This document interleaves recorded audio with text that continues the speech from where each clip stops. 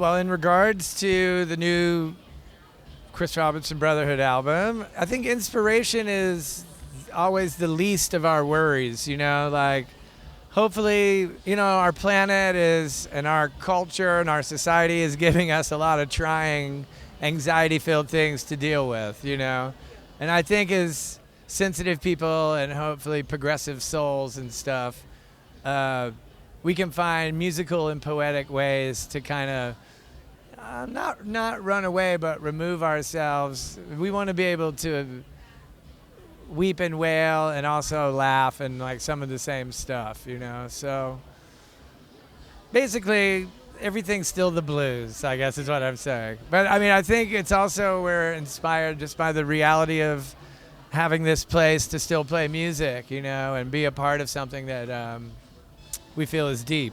Well, producing a record ourselves and having Tony, having a new drummer.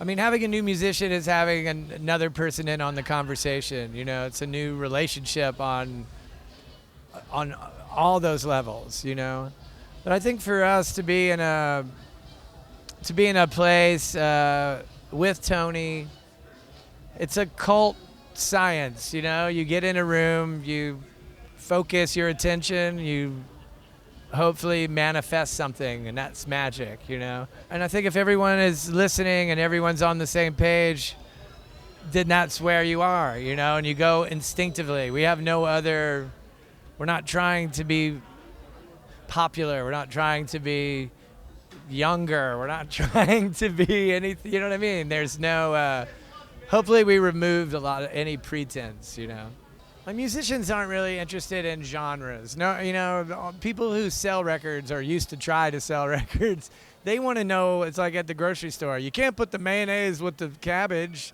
and if you do, you get coleslaw, whatever. It's about other people. So for us, I mean, one thing I think about whatever the jam band or hippie sort of stuff, there's a lot of different stuff. There's a lot of different music, so it sort of is more expansive in those terms. And then it gives you the opportunity not to be on the same sort of showbiz trip, where you're like, hey, that kind of performance just for me, I get it, it's cool and stuff, but the music isn't the focus, So in a more more music-oriented place for them to let the grooves, take them, that's always better.